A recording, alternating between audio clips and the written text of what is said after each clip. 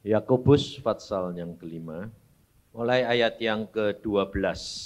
Tetapi yang terutama saudara-saudara, janganlah kamu bersumpah demi surga maupun demi bumi atau demi sesuatu yang lain. Jika ya, hendaklah kamu katakan ya. Jika tidak, hendaklah kamu katakan tidak. Supaya kamu jangan kena hukuman. Kalau ada seorang di antara kamu yang menderita, baiklah ia berdoa. Kalau ada seorang yang bergembira, baiklah ia menyanyi. Kalau ada seorang di antara kamu yang sakit, baiklah ia memanggil para panatua jemaat, supaya mereka mendoakan dia serta mengolesnya dengan minyak dalam nama Tuhan. Dan doa yang lahir dari iman akan menyelamatkan orang sakit itu, dan Tuhan akan membangunkan dia.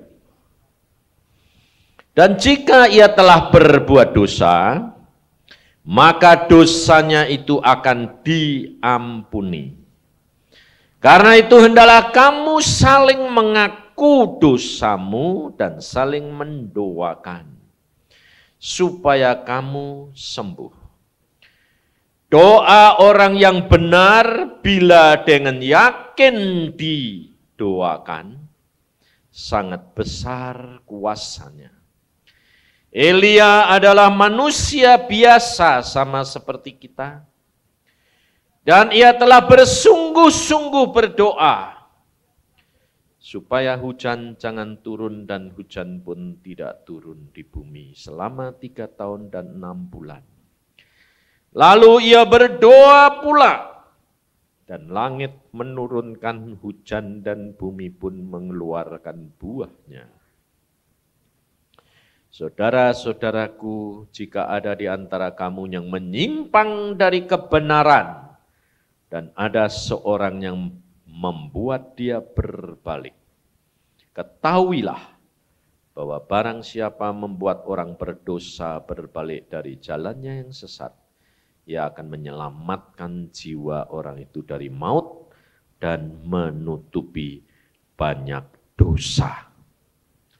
Saudara, pada hari ini saya berbicara tentang hal doa.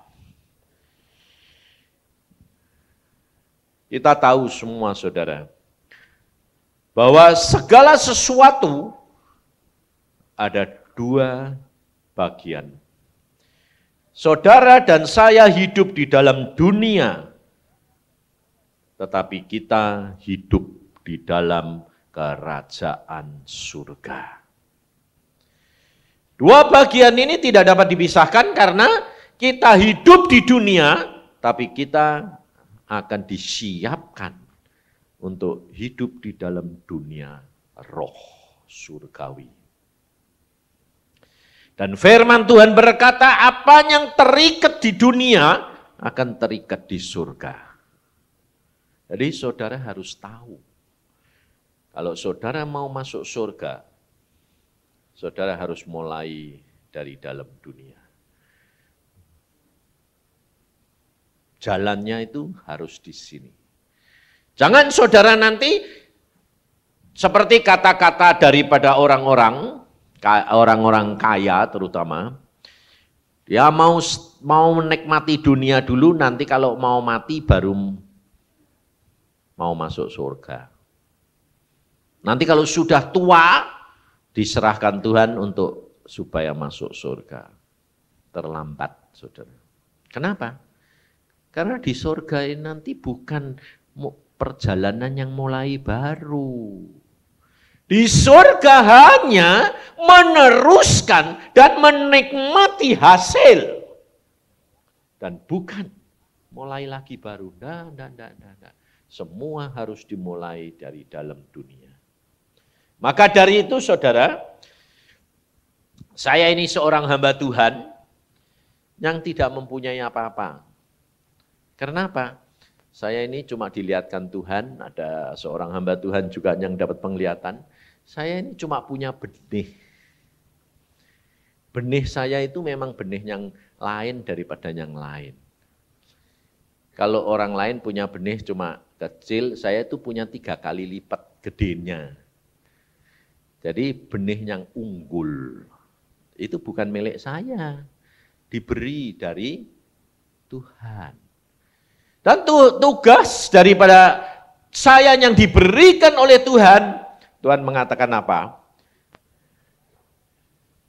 Beberkan, lihatkan, dan tawarkan. Orang boleh ambil, harus tumbuhkan. Dan dia akan menikmati hasil daripada apa yang dia tumbuhkan sendiri. Tetapi saudara, kerap kali kita manusia ingin mendapatkan hasil tanpa menanam. Saudara kepingin menanam, saudara atau kepingin yang menyiram, atau saudara kepingin yang menuai. Saudara pilih yang mana?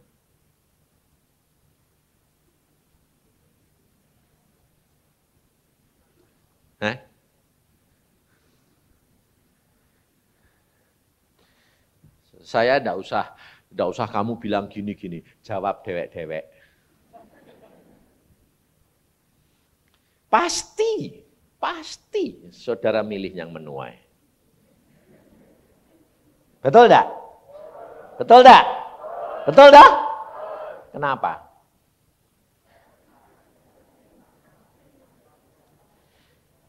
Sebab yang nanam itu enggak enak. Yang nyiram enggak enak. Yang nuai?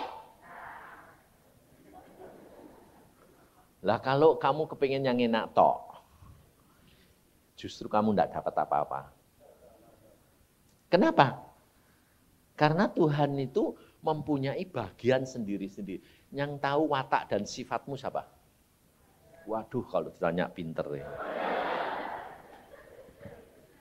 Tuhan. Padahal saudara tahu, kalau yang susah, Tuhan. Kalau yang enak, saya. Makanya di sini dikatakan tadi dalam ayat yang kita baca, kalau ada yang sakit, doa. Tapi kalau ada yang apa?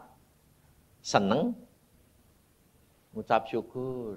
Jadi sebetulnya doa itu untuk apa tuh?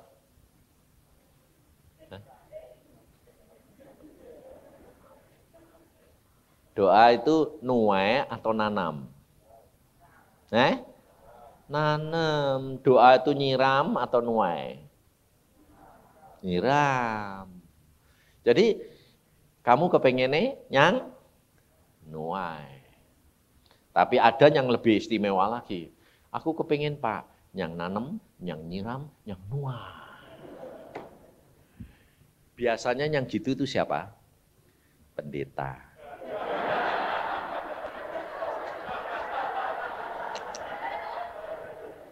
Betul dah? Jemaat pengennya nuai. Nggak mau nanam, nggak mau nyiram. Ya dah? Tapi pendeta mau nih nanam, nyiram, nuai. Padahal ada enggak Alkitab bilang nanam, nyiram, nuai? Ada enggak? Enggak ada. Enggak ada, saudara. Firman Tuhan berkata ada yang menanam, ada yang menyiram, ada yang nuai. Itu haknya siapa? Tuhan yang menetapkan, bukan kamu. Maka kitab Yakobus ini berbicara perkara apa? Yakobus selalu banyak menekankan perkara segi manusiawinya. Karena Yakobus ini adik Tuhan Yesus. Dan Yakobus ini tidak bisa percaya kepada Yesus bahwa dia Mesias. Pada waktu Tuhan Yesus masih ada di dalam dunia, Yakobus tidak percaya. Kalau saudara membaca di dalam Injil Yohanes, jelas dikatakan. Coba kita lihat di dalam Injil Yohanes.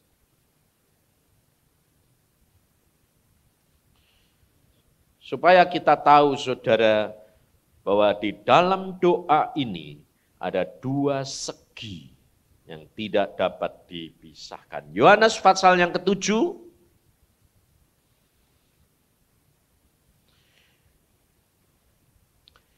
ayat yang ketiga mulai. Maka kata saudara-saudara Yesus kepadanya, berangkatlah dari sini dan pergi ke Yudea supaya murid-muridmu juga melihat perbuatan-perbuatan yang engkau lakukan. Sebab tidak seorang pun berbuat sesuatu di tempat tersembunyi jika ia mau diakui di muka umum. Jikalau engkau berbuat hal-hal yang demikian, tampakkanlah dirimu kepada dunia.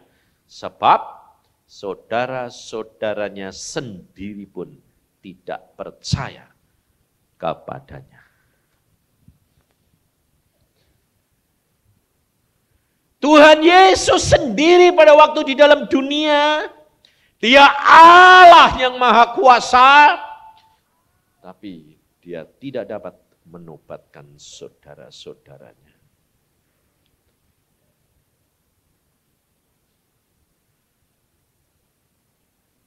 Kapan Yakobus bertobat?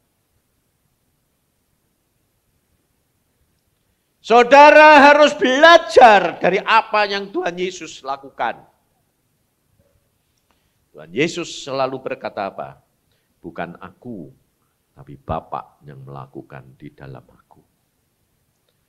Dia selalu menyadari statusnya sebagai suatu wadah bait Allah, di mana yang mengerjakan segala sesuatu adalah Bapa.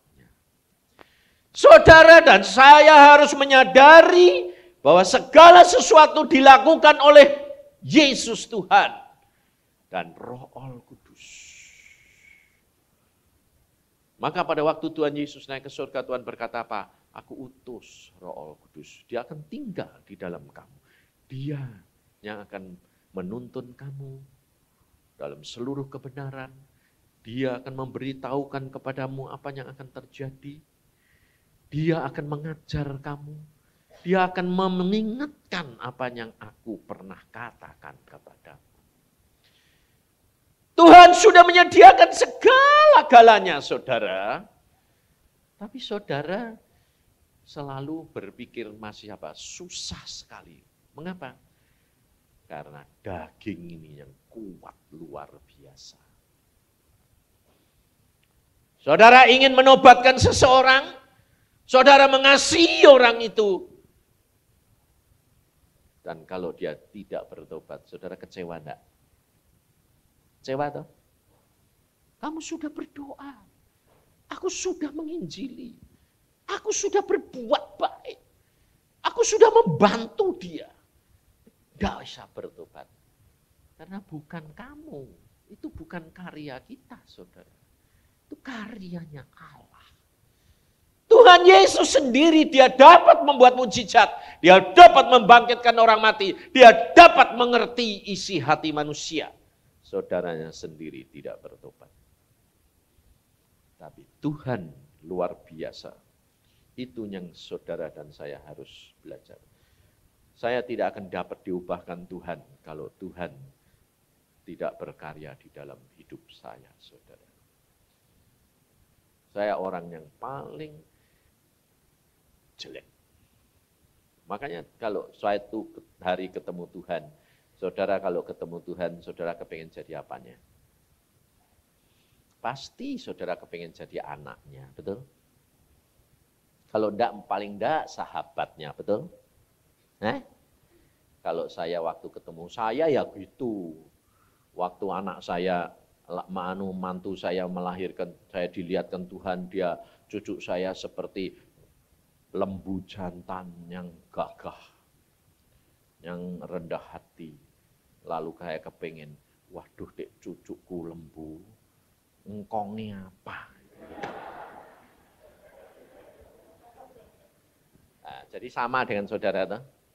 Sama, jadi jangan lihat bahwa saya ini lebih dari orang lain. Sama. Ya sama dengan saudara. Ya mikir, ya kepingin. Tetapi pada waktu saya tanya sama Tuhan, Tuhan, aku apa?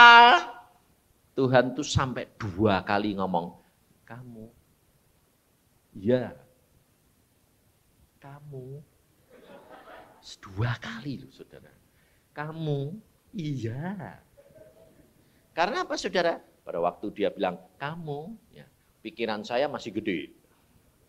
Kepingin jadi lumayan. Waktu ditanya, kamu, mengkerut saya. Waduh, ini saya tahu watak dia tidak pernah ngomong itu 2 kali. Iya, mulai saya tidak bilang, iya. Saya tahu, wah repot ini. Lalu dia bilang apa? Kamu tidak lebih dari seekor anjing. Bukan ciut lagi, mati. Mapes, kempes, habis. Kenapa saudara? Nangis saya. Anjing Tuhan. Saudara. Manusia hanya melihat yang di luar. Yesus melihat yang di dalam. Dan Yesus berkata, kalau engkau direndahkan, baru itu berarti di hadapan dia. Saya dulunya enggak tahu. Saya menangis. Lalu ditunjukkan semua perbuatan saya. Akhirnya saya sendiri mengakui di hadapan Tuhan. Oh, lebih baik anjingmu daripada saya. Karena apa yang kau lihatkan semua perbuatan saya tidak ada satu yang baik. Semuanya lebih jahat, lebih najis daripada anjing. Nah, pada waktu di dalam situasi seperti itu, Roh Allah Kudus penolongmu, saudara, akan menuntun kamu dalam seluruh kebenaran. Saya tidak akan dibiarkan dalam kesedihan, di dalam kehidupan yang tertekan, yang tertuduh. Dia berkata, jangan sedih. Lalu dia berkata, tanya dong sama dia. Tanya kepada Tuhanmu, Yesus. Tanya apa? Tuhan berkata, tapi mengapa engkau menyayangi aku lebih daripada segala-galanya? Kaget saya. Betul.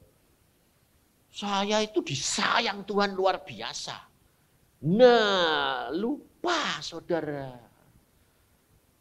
Sehingga kita kerap kali terfokus kepada keberadaan kita, kasihan diri sendiri.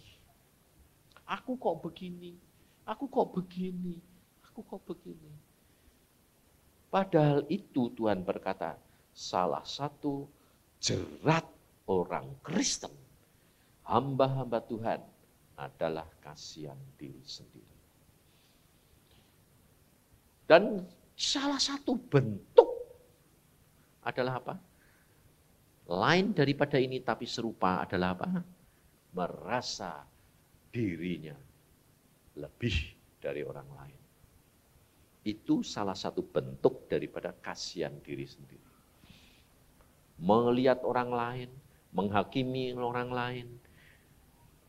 Kalau melihat kesalahan orang lain, selumbar saja kelihatan. Yang setitik saja kelihatan, tapi gajah tidak kelihatan.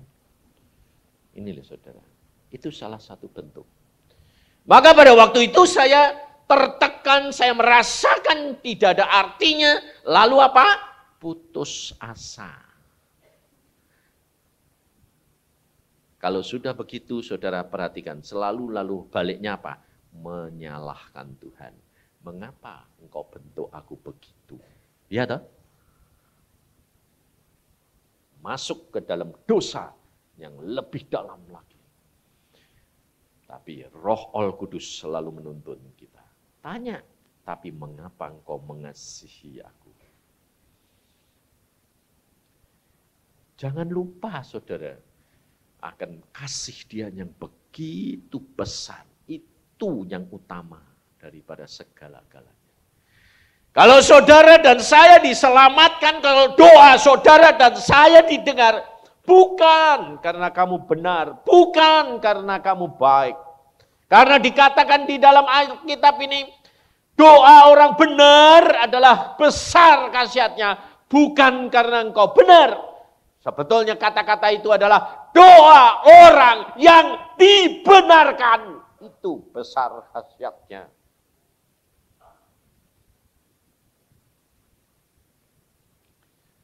Kalau saudara dan saya benar di hadapan, dibenarkan Yesus, di cover oleh Dia, baru doamu berkuasa. Bukan karena kamu benar, bukan karena kamu baik, tapi kamu dibenarkan. Maka jangan lihat saudara. Saudara, Yakobus berkata apa? Elia sama dengan kita. Elia setelah dia membuat mujizat, setelah hujan turun, saudara tahu, dia ketakutan setengah mati terhadap seorang perempuan, Isabel. Bayangin saudara. Makanya dunia ini loh, mati hidup, masuk neraka atau surga itu terletak di dalam tangannya wanita.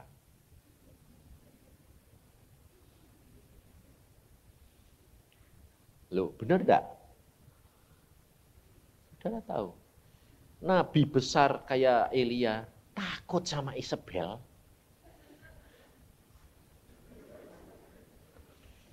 Jadi saudara, perempuan ini harus sadar, kalau sampai suamimu, keluargamu masuk neraka gara-gara kamu.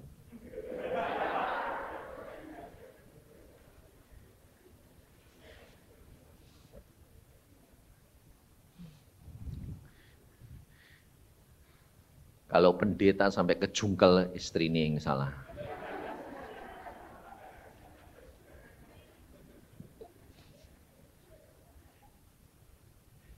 Kenapa saudara? Karena dunia ini dulu Adam dan Hawa jatuh, manusia jatuh juga Hawa. Tapi manusia diselamatkan juga karena Maria melahirkan Yesus. Luar biasa. Maka dari itu saudara, kita harus belajar dari dua segi ini. Segi yang pertama adalah segi manusia ini, di mana saudara dan saya harus diproses sedemikian rupa, karena di dalam diri kita ini ada watak-watak yang harus dibaharui. Dan setiap orang itu tidak ada yang sama saudara. Ada yang satu mata duitan, yang satu enggak. Contohnya kayak bapak saya itu mata duitan, tapi dia tidak mata keranjang. Saya mata duitan, mata keranjang. Lah ini beda, susah ini. Sampai saya pernah tanya sama bapak saya.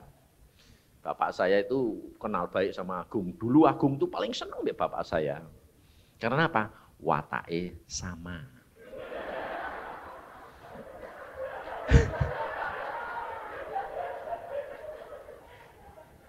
Bukan perkara mata duitennya, salah. Kamu ini mau mikir yang elek-elek itu apa? Jangan mikir yang jelek dong. Bukan. Dia itu paling seneng sama bapak saya, ya toh. Bukan karena sekarang papaku sudah mati lalu dia seneng sama anaknya. Enggak bisa ngerti saya dulu. Dia pikir kalau saya ngomong tuh dulu pikirnya gini, Pak Yusa itu ngomong enggak bisa dimasuk akal. Karena apa? Pinterip sama mbak bapakku. Mengenal Tuhan pinter, Alkitabnya pinter, tapi sampai batas sampai akal. Makanya aku dek pelayanan mbak Dewe, dia itu seneng saya. Karena apa? Aku punya benih, dia sing ngembangke. Jadi aku cuma nonton delok, bagus ya. Karena dia pinter nanem, pinter numbuhke. Lah aku gak bisa. Aku cuma punya benih, aku mau. Nggak ada artinya, saudara. Benih ini. Kalau tidak ditanam, tidak ada yang nyiram, tidak ada yang menumbuhkan. Nah, dia pinter, tapi dia tidak punya benih.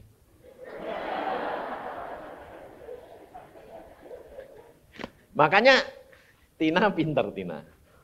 Nah, ini bolak-balik istri lagi. Dia bilang, om, kasih dong benihnya. Sebab dia tahu suaminya bisa numbuhin tapi tidak punya. Dia minta benih, kasih dong om, benih buat saya. Loh, pinter toh? Pinter ini. Tapi kalau Agung tidak minta, kenapa? Gengsi dong.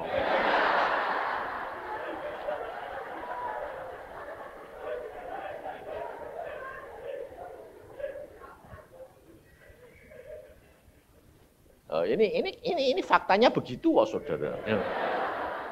Loh, jujur, betul enggak? Hah? Makanya dia lebih papaku, wah cocok, dia bilang. Cocok, karena pada pinter.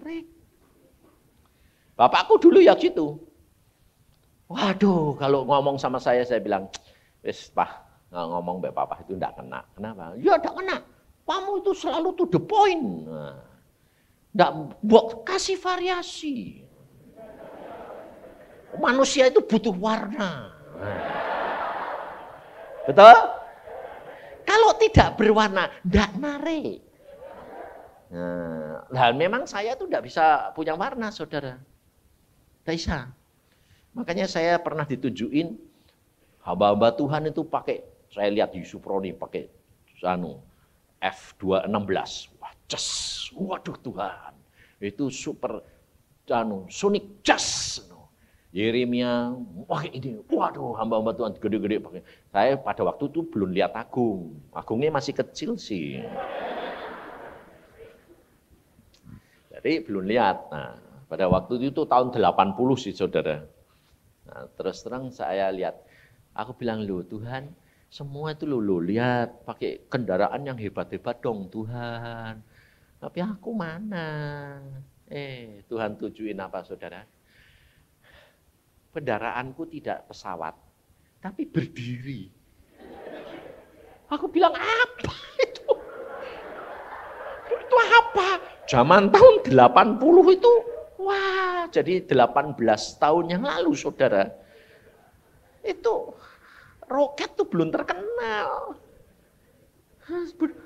Saya lihat kelongsongan roket. Habis itu tidak ada warnanya, ada cet-cetan. Jadi kayak besi tua. Lalu Tuhan bilang, itu loh kamu. Aduh, itu aku. Lalu saya lihat itu roketnya itu besar. Ada tulisannya, Yusa.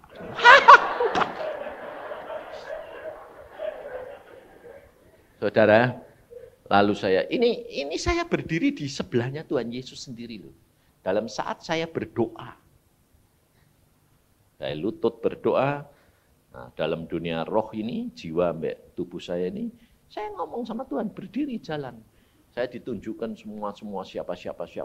Sehingga saya bisa tahu kalau pesawatnya hamba-hamba Tuhan itu ngelilingi dunia itu saya tahu saudara. Sebabnya apa? Jiwa sama roh saya keluar bersama jalan-jalan sama Tuhan Yesus. Digandeng. Jadi saya tahu, lihat dunia lalu pesawatnya muter-muter gitu tuh, lihat semua. Hebat ya Tuhan. Terus balik lagi, lalu Tuhan bilang, itu kamu. Aduh Tuhan, semua mau kasih kayak gitu, kok aku mau kasih pesawat yang berdiri.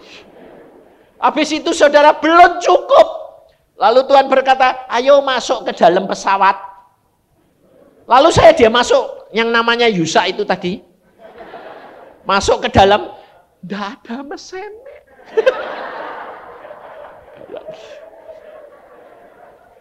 Enggak ada mesin nih. Masuk, lu Tuhan mesinnya mana? Tuhan bilang, enggak ada. Aduh. Lalu dibawa lagi ke kokpit. Kokpitnya itu di atas itu. Terus Tuhan, aku bilang, mana sopirnya? Tidak ada. Loh, ini pesawat, ini kendaraan apa? Mesinnya tidak ada. Tempat sopirnya tidak ada. Lalu diajak keluar lagi, saudara. Setelah di luar, dia bilang, itu kamu. Kamu itu cuma kelongsongan roket. Bayangin, saudara. Saya bilang, ya sudahlah, wong aku engkau jadikan begitu, ya aku terima. Wong aku ini abdimu. Bukan hamba lagi, tetapi pengabdi. Itu budak belian. Maka dari saat itu terus Tuhan mesem gini. Kamu mau nyoba enggak? Nah, saya sadar toh, yang dicoba apa nih? Meh mbok hidupke mesine wong ndak ada. Meh mbok sopir apa dan kayak mainan anak tanpa mesin. Tidak didorong rak jalan. Aku bilang, Tuhan bilang, enggak. Sebab saya sadar itu tidak ada apa-apanya, saudara. Tapi Tuhan bilang gini, kamu mau lihat? Ya, lo lihat boleh. Tapi jalanin tidak bisa. Ya toh tidak kepingin. Lalu dia cuma ngomong gini, muncul malaikat. Malaikat datang. Ya Tuhan, tunjukkan ini roket itu terbangnya. Tuh saudara, malaikat itu cuma gini. Terbang. Loh, lah kok ada apinya? Langsung saya dibawa lihat dunia, tembus dunia, daya tarik bumi, das langsung ke surga. Wah, saya jadi melotot. Loh kok bisa gitu tuh piye ya? Lalu malaikat bilang, balik.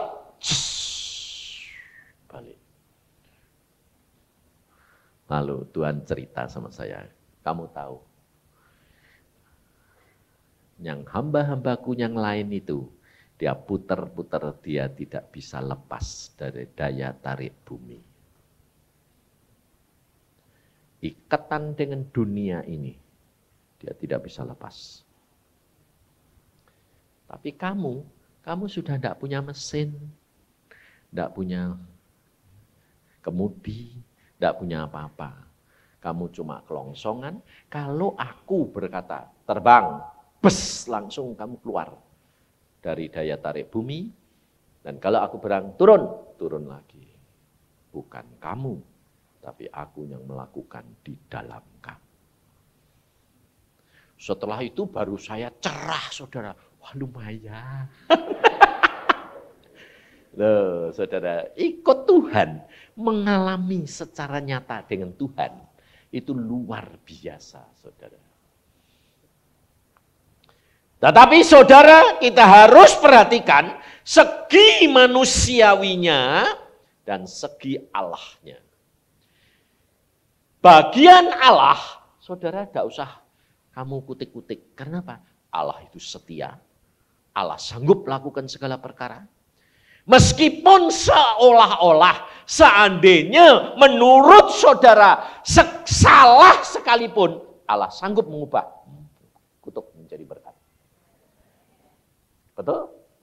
Mati pun hidup, karena dia berkuasa membangkitkan. Tapi masalahnya adalah segi manusia dagingnya ini yang saudara harus perhatikan, bagian saudara. Sebab engkau dan saya hidup di dalam anugerah Dia. Jadi saudara perhatikan, Elia manusia biasa, tetapi kuncinya di mana?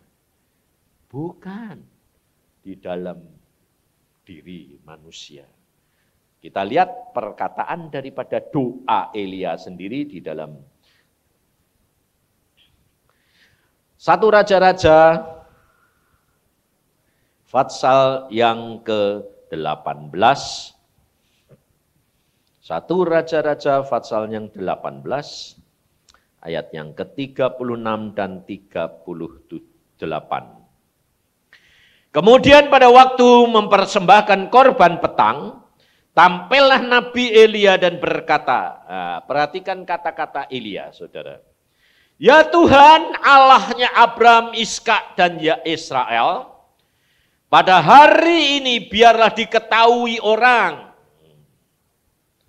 bahwa Engkaulah Allah di tengah-tengah Israel dan bahwa aku ini hamba-Mu.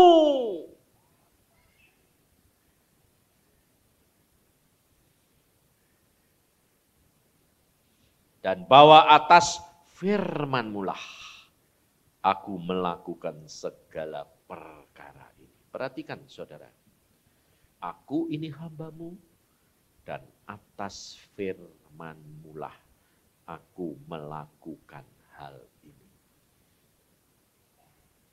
Jadi doa Elia atau atas firman Tuhan? Orang lain melihat, Yakobus menulis, doa orang benar, besar khasiatnya. Tapi Elia sendiri mengakui, atas firman-Mu aku melakukan hal ini. Jadi yang melakukan siapa? Tuhan di dalam Dia.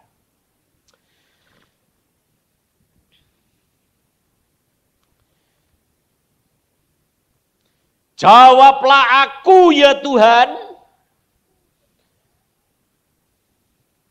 Jawablah aku supaya bangsa ini mengetahui. Perhatikan.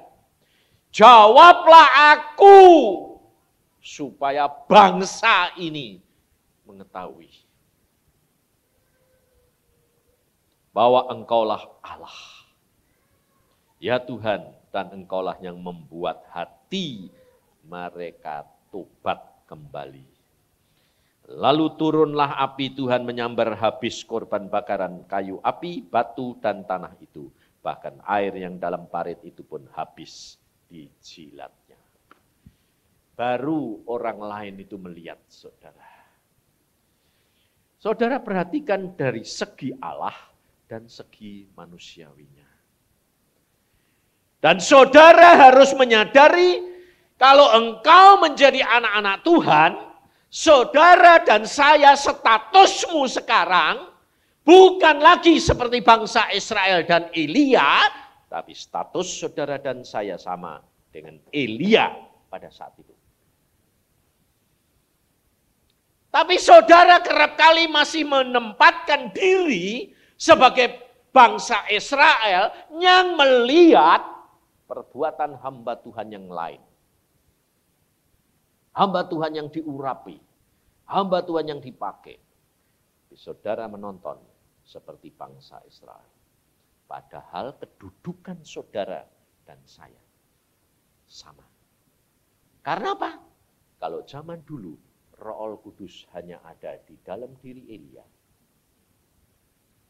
Tapi zaman sekarang Roh Kudus ada di mana? Dalam diri saya dan diri saudara. Jadi saudara sama Elia bedanya apa? Sama. Maka dari itu saudara, kita harus menyadari ini yang menyebabkan doa-doa saudara secara pribadi tidak mempan. Kenapa? Karena kamu masih punya tudung ini yang menyebabkan kamu tidak sadar. Kamu tutupin sendiri. Seperti ayat berkata Ayub di dalam kitab Ayub. Apa yang aku takutkan, itu yang menimpa aku. Apa yang kamu pikirkan, itu yang terjadi dengan kamu. Pikiranmu apa? Aku bukan hamba Tuhan yang diurapi. Jadi saudara itu seolah-olah itu mendukakan Roh Kudus. Padahal Roh Kudus ada di dalam diri saudara dan saya. Beda saudara dan saya tidak ada. Semua yang dilakukan oleh hamba Tuhan, apa yang saya lakukan, itu Roh Kudus yang menuntun. Yesus, firman itu yang melakukan, bukan saya.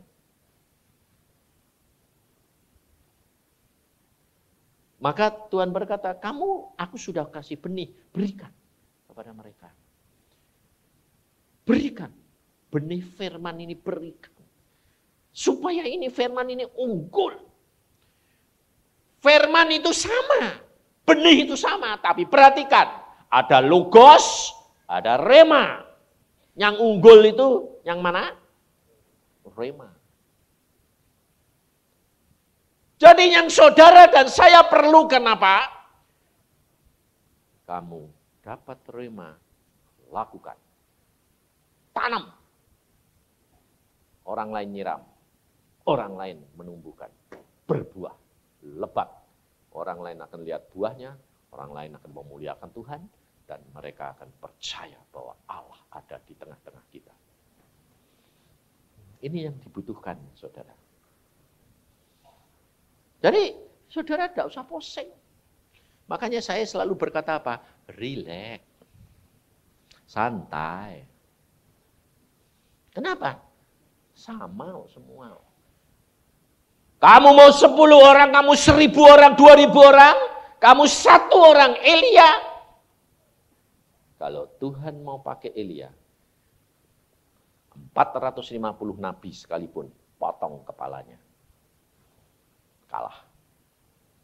Tapi kalau Elia hidup lagi di dalam daging, tidak ada rema, sama perempuan satu saja Isabel, ketakutan.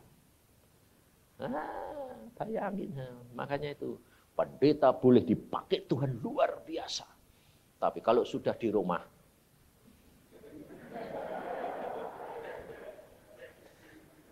takut sama istrinya. Maka dari itu saudara, kita harus menyadari. Jadi kalau kamu mau berdoa, doamu berkhasiat kapan, bagaimana?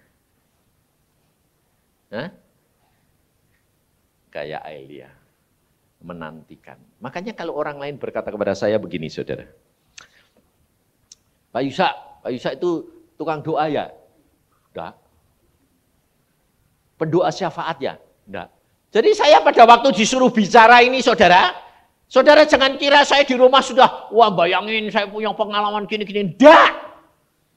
Saya mau berangkat sini dulu. Sampai saya tadi kebingungan. Kenapa? Baru bangun. Saya belum pernah ketiduran. Sampai dibangunin Pak Sam itu enggak dengar. Dari 1:30 habis sembahyang keluarga, saya tidur terus sampai 5:30. Sampai saya bilang, loh Tuhan, aku mau bawa firman-Mu ini apa? Loh, lah kamu ini kan cuma kelongsongan toh. Oh ya.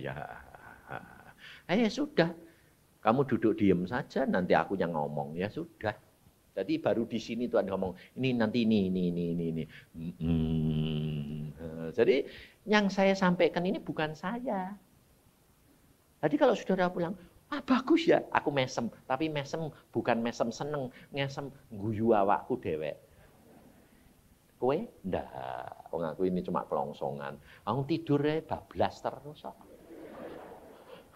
Sembayangnya belum, baca Alkitabnya belum. Sampai di sini. Nah, terus saya tadi keluar, langsung mandi terus keluar. Kresek. Aku bilang, "Po, nanti si Pak Samuel Sam, ini nanti khotbah bagaimana?" Iya, ini kebaktian. Katanya doa. Kebaktian. Orangnya banyak, iya. Lalu istrinya bilang, "Kok sandalan?" Loh lah aku ya sandalan lah. Lah aku naik mimbar ya suruh nyopot sandal yo. Pakai sepatu ya suruh nyopot.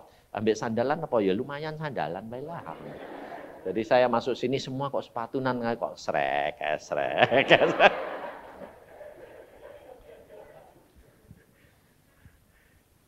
Sebabnya apa? Saya bukan apa-apa.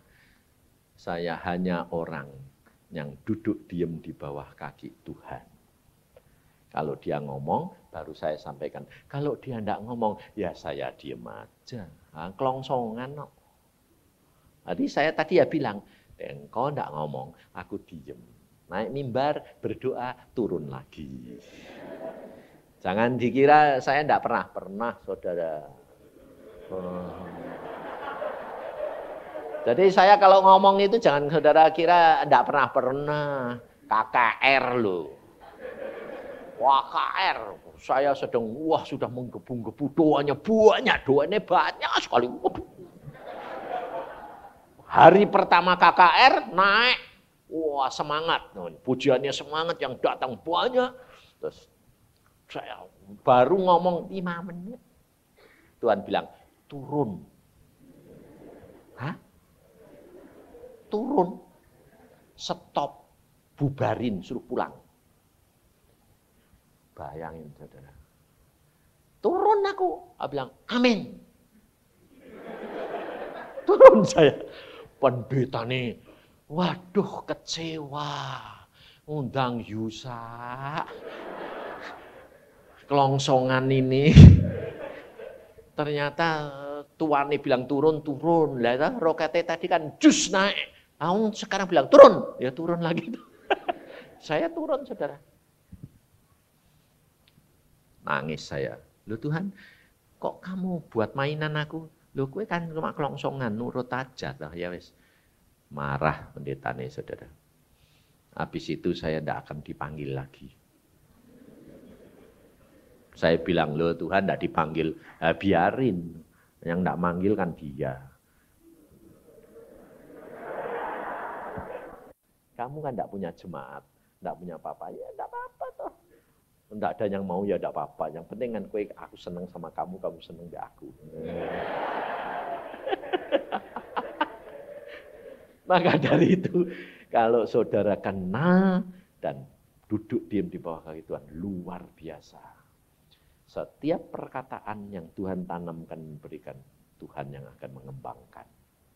Dia akan menggambarkan, dia akan memberi warna, dia akan menerangi, dan engkau akan menikmati. Ngerti?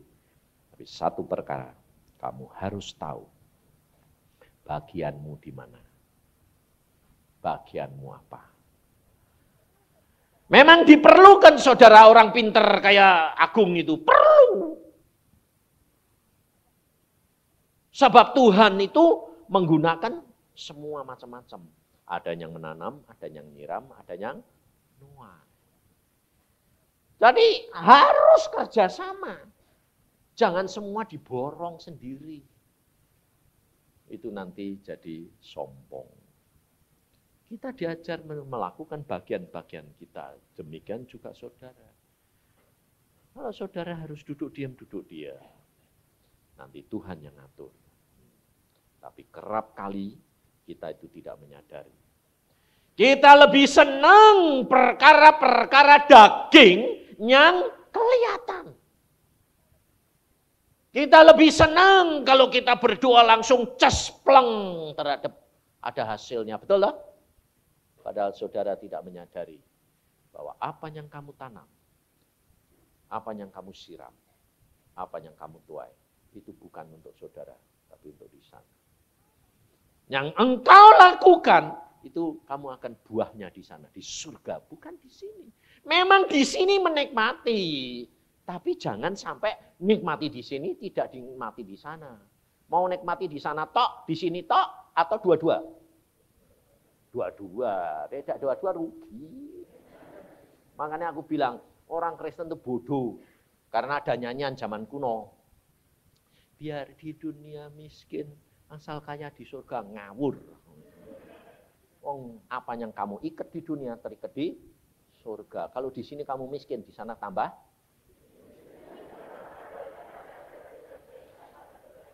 miskin, saudara. Apa yang kamu ikat di sini terikat di sana. Kalau kamu di sini kaya, belum tentu di sana kaya. Kalau kamu tidak menyadari kekayaanmu untuk memuliakan Tuhan. Tapi kalau kamu diberi memuliakan Tuhan, beri memuliakan Tuhan, beri memuliakan Tuhan. Kaya di sini, kaya di sana. Makanya itu hati-hati, saudara. Saya peringatkan. Saya kalau ngomong belak-belakan, untung aku tidak punya jemaat di sini. Jadi kamu mau seneng, enggak urusan, itu urusannya agung.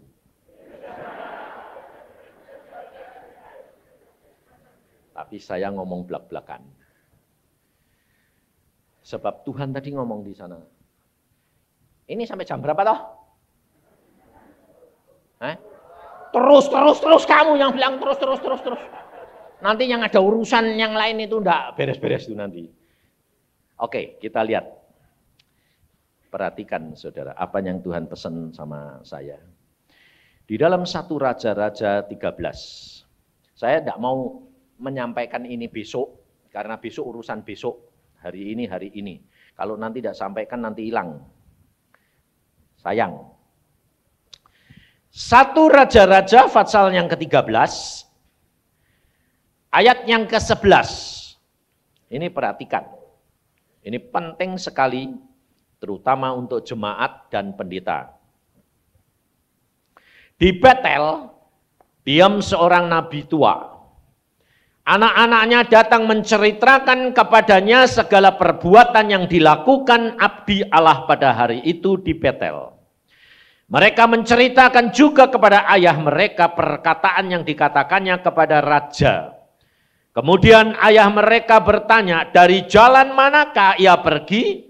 Lalu anak-anaknya menunjukkan kepadanya jalan yang diambil abdi Allah yang datang dari Yehuda itu. Ia berkata kepada anak-anaknya, pelanai keledai bagiku. Mereka mempelanai keledai baginya, lalu ia menunggangnya dan pergi mengikuti abdi Allah itu dan mendapatkannya duduk di bawah sebuah pohon besar. Ia bertanya kepadanya, engkaukah abdi Allah yang telah datang dari Yehuda? Jawabnya, ya akulah itu. Katanya kepadanya, marilah bersama-sama aku ke rumah untuk makan roti. Tetapi jawabnya, aku tidak dapat kembali bersama-sama engkau dan singgah kepadamu. Aku tidak dapat makan roti atau minum air bersama-sama engkau di tempat ini. Sebab telah diperintahkan kepadaku atas firman Tuhan, jangan makan roti atau minum air di sana.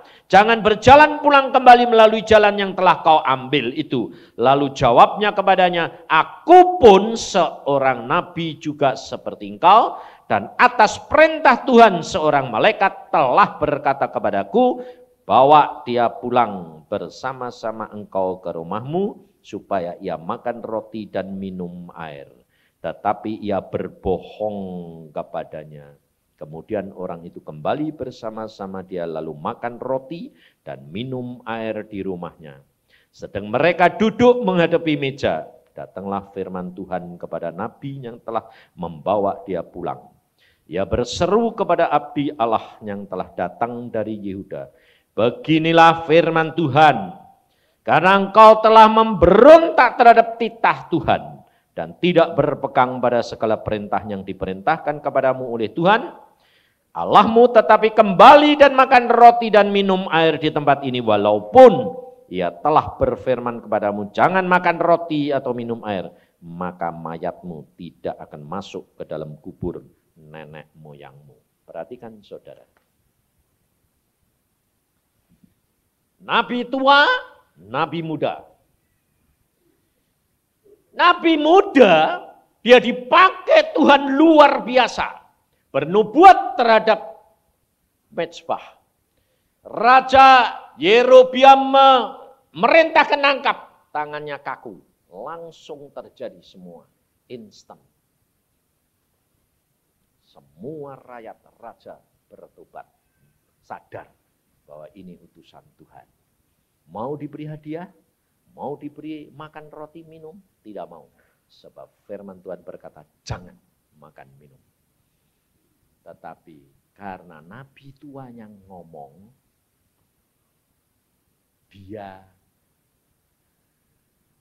sungkan. Dia nurut. Karena pikirnya itu dari Tuhan. Hati-hati saudara. Kalau Tuhan sedang pakai saudara, Kalau Tuhan sedang urapi saudara, maka semua yang engkau lakukan jadi. Kuasa Allah berjalan. Tapi jangan berubah. Setia dengan firman Tuhan yang mula-mula. Kalau Tuhan berkata, kamu jangan makan dan minum. Kalau Tuhan berkata, kamu seorang penginjil. Kamu harus dengar. Kalau engkau seorang hambaku, gembalalah. Engkau seorang pendoalah. Dan jangan karena orang lain yang ngomong, biarpun dia nabi tua, lalu kamu berkata, oh dia mestinya yang lebih benar dari aku. Bayar harganya mahal, saudara. Dan saya lihat, Tuhan berkata, kamu perhatikan, peringatkan hamba-hambaku.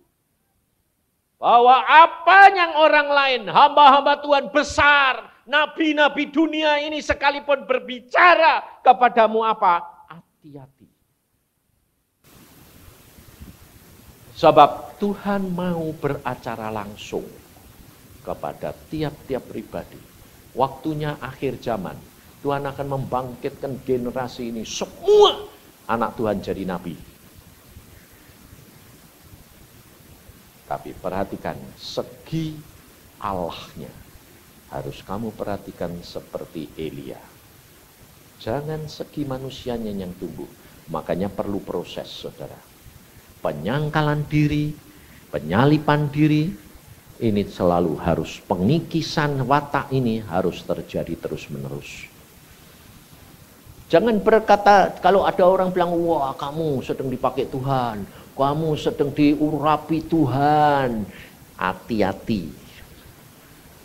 Makanya saya ngomong sama Agung, kalau ada hamba-hamba Tuhan, Semarang sedang dipakai, ini gereja ini sedang diberkati, sedang dipakai Tuhan. Kamu nerimanya bagaimana? Oh ini hamba Allah yang sedang diurapi. Kamu nerimanya bagaimana? Hatimu seneng enggak? Seneng sih, seneng ya Gung ya. Jujur seneng toh ya. Jemaatnya bilang, wah Pak, sedang dipakai hebat luar biasa. Seneng enggak? Seneng, hati-hati. Nanti seneng, jemaatnya ngagungin, wah dikultuskan, wah ini hamba Tuhan, ini. Itu kamu masang tali gantungan. Sebab seperti nabi muda ini, kamu tidak akan dapat menyelesaikan tugasmu sampai akhir. Maka dari itu tuh, saudara, hati-hati. Jangan kedagingan, tetapi apa yang Tuhan firmankan, itu yang saudara lakukan. Manusia tidak ada yang baik. Makanya 4 tahun yang lalu Tuhan berkata, kamu tidak pergi menginjil. Duduk diam di rumah. Kenapa Tuhan? Nanti kamu tahu. Tuhan simpen, suruh diam. Supaya apa? Supaya tidak memperhatikan sanjungan orang dan perkataan orang. Karena itu yang menjerat kita. Kita tidak sadar, saudara. Cenderung untuk keluar dari jalurnya Tuhan. Demikian keluar, kita harus bayar harga. Makanya bulan Desember yang lalu Tuhan bawa saya. Tuhan berkata begini, mengapa Musa hanya salah di air Meriba?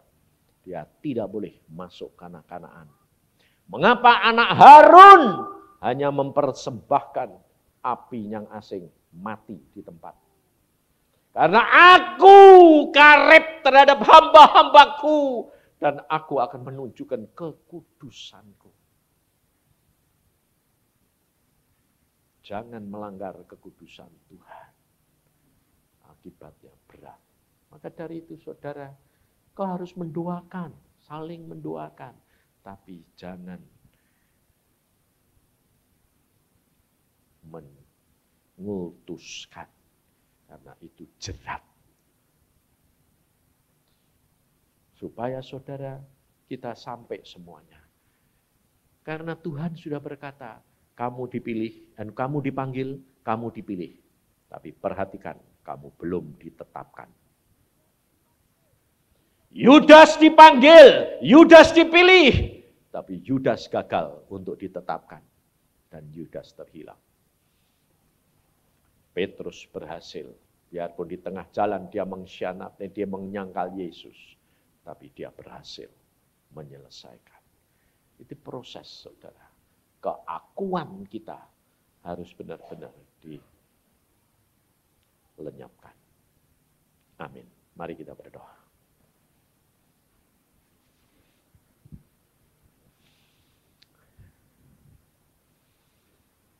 Tuhan, firman-Mu sudah hamba sampaikan.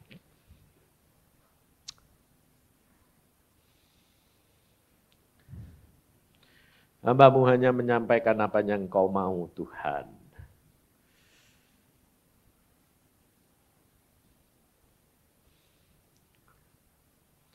Anak-anak-Mu di tempat ini sudah mendengar semuanya. Hamba percaya tidak ada seorang pun yang tidak mendengar. Mereka tahu apa yang mereka terima. Setiap orang di tempat ini menerimanya tidak sama. Karena Engkau Roh Kudus yang menerangi hati mereka, perkataan mereka, dan pikiran mereka, dan perkataan yang hamba-Mu sampaikan. Tapi Engkau tahu hati-hati yang mau sungguh-sungguh bertobat. Hati-hati yang menyadari apa yang Engkau terangi dan berbicara. Tuhan, Engkau sendiri yang berkarya, bukan hamba. Engkau sendiri yang beracara dengan tiap-tiap pribadi di tempat ini. Yesus, marilah Tuhan.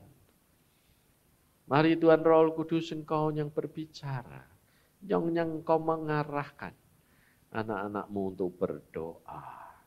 Untuk menjadi terang bagi bangsa kami. Untuk menjadi penjaga kota, penjaga negara. Oh Yesusku, kia karata syakata kaya karatas. Untuk menjadi penjaga rumah tangga kami masing-masing. Oh Tuhan, tidak ada seorang pun yang akan tahan berdiri menghadapi bencana, menghadapi pencobaan yang akan melanda dunia ini. Tanpa Engkau Tuhan Yesus. Tanpa firman-Mu, tanpa rema yang daripada-Mu Tuhan.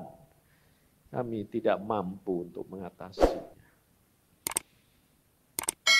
Yesus, sikia karata syakata kaya karata syakata.